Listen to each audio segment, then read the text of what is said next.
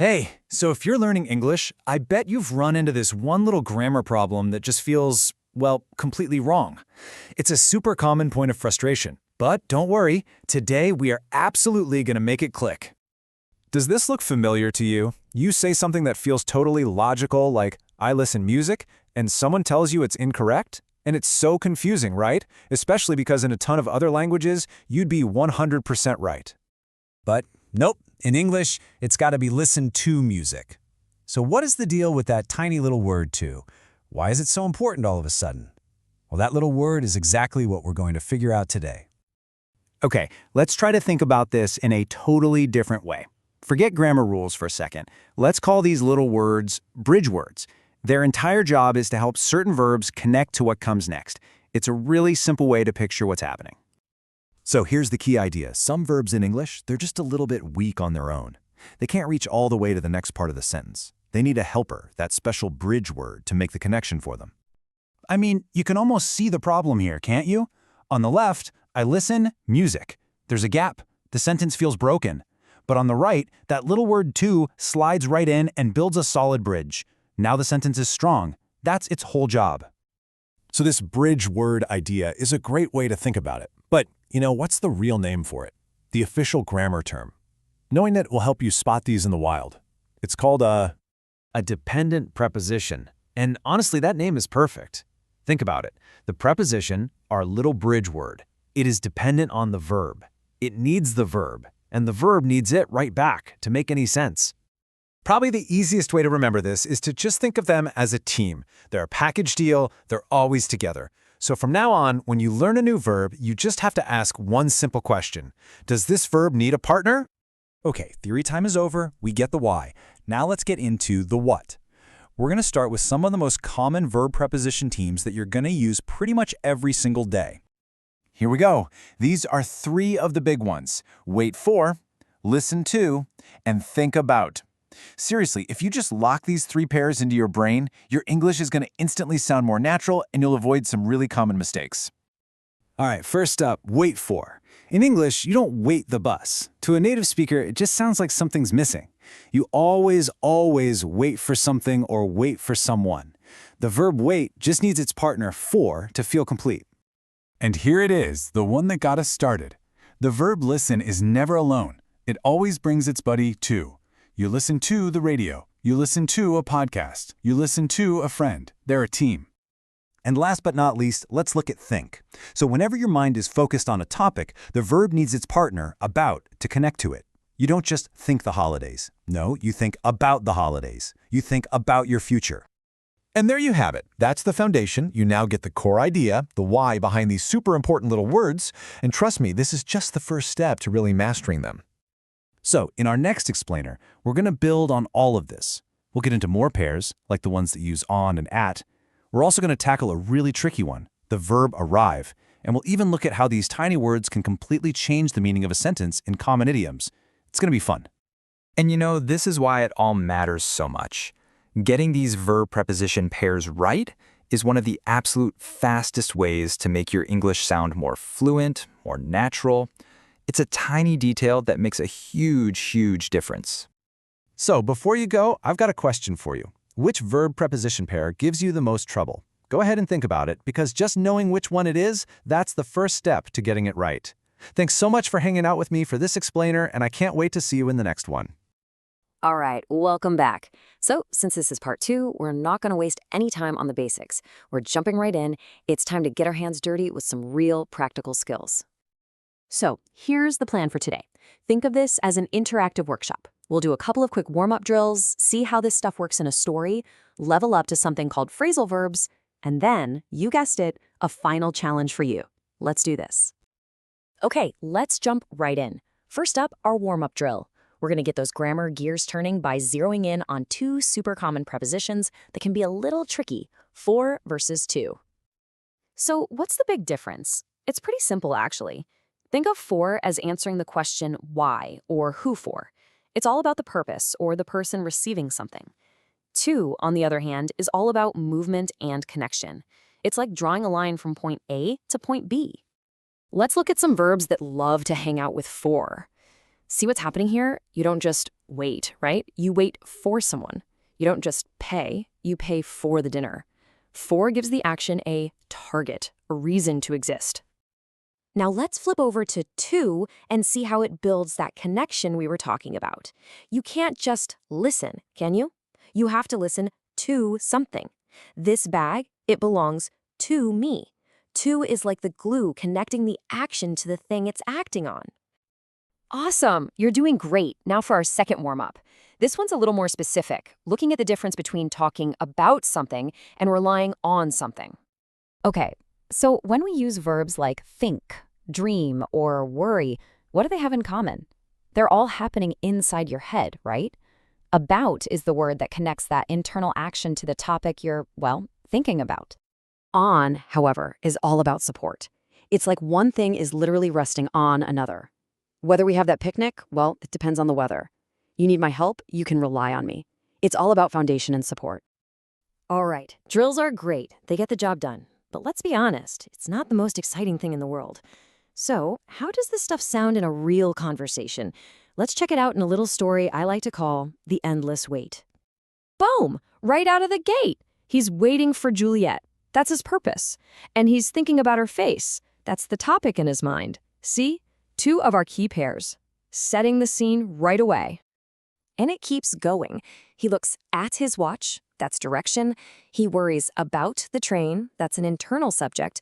And he talks to an old man. That's connection. It's everywhere.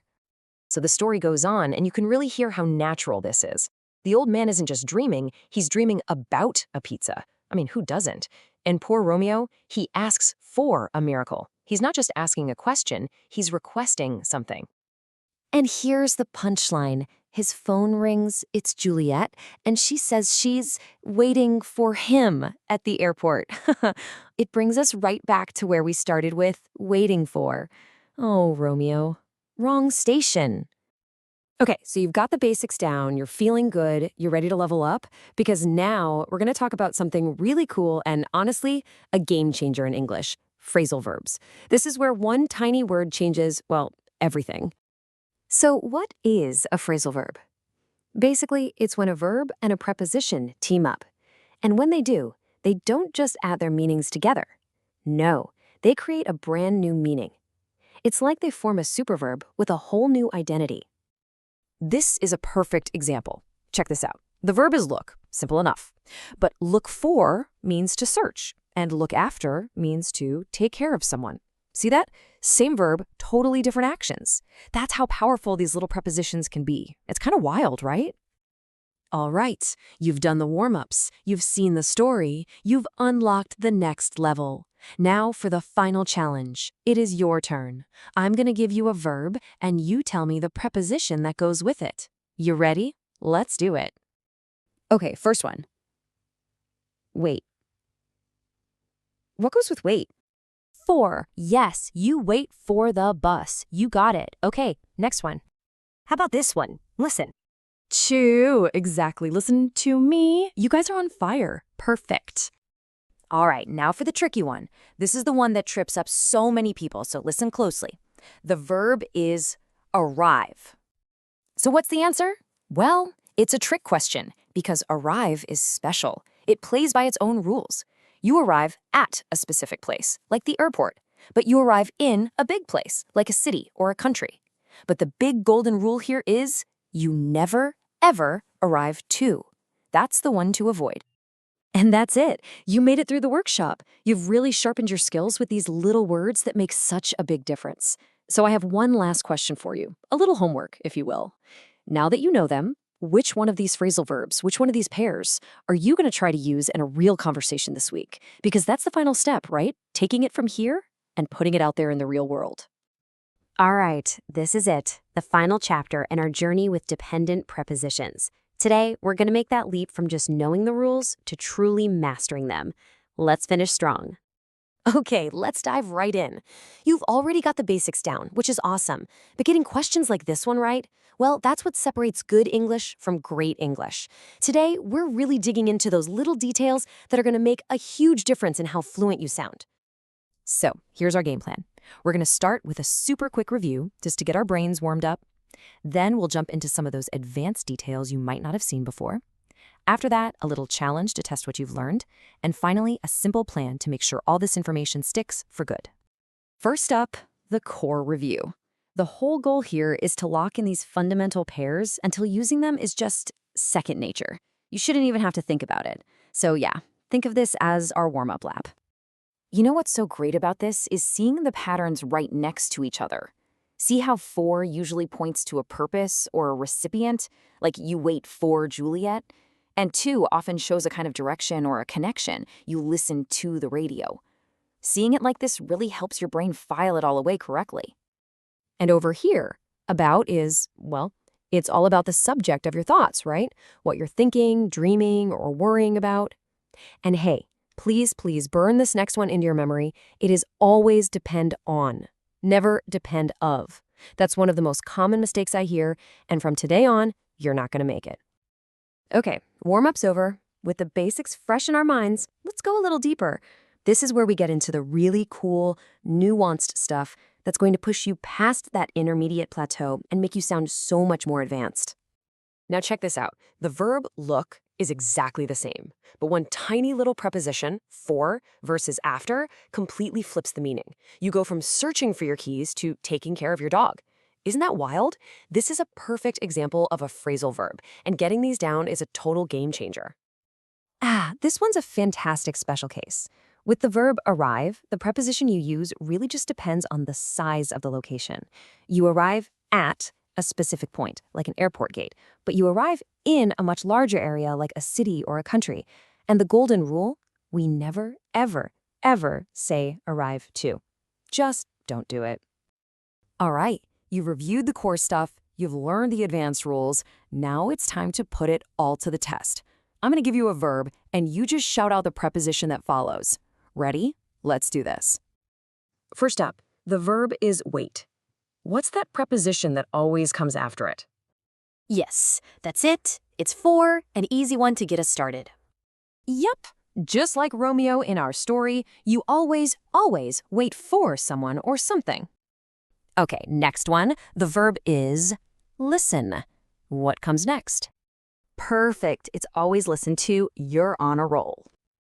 Exactly. Whether it's music, a podcast, or me giving you some very important advice, you always listen to it. Okay, last one for the challenge. Remember that common mistake we talked about? The verb is depend. Yes, you remembered the rule. It's depend on. Fantastic. This phrase is so incredibly useful in everyday English. Seriously, you'll probably find yourself using this one all the time now. You absolutely crushed that challenge. So how do we make sure all this great information actually sticks and becomes a real part of your English toolkit? Well, here is your final action plan. And you know what? It really is this simple. These 3 little steps: notice, practice, and use. This is how you build those new pathways in your brain. It's how you move something from just, passive knowledge in your head into your active, spoken vocabulary. And that's the whole point, right? So what I really want you to take away from this whole series is a new level of confidence. You've just tackled a really tricky part of English, and you've come out on the other side with clear, practical tools. Learning a language is just a series of little wins like this one. So keep asking questions, stay curious, and just keep building your skills, one piece at a time. Thanks so much for joining me.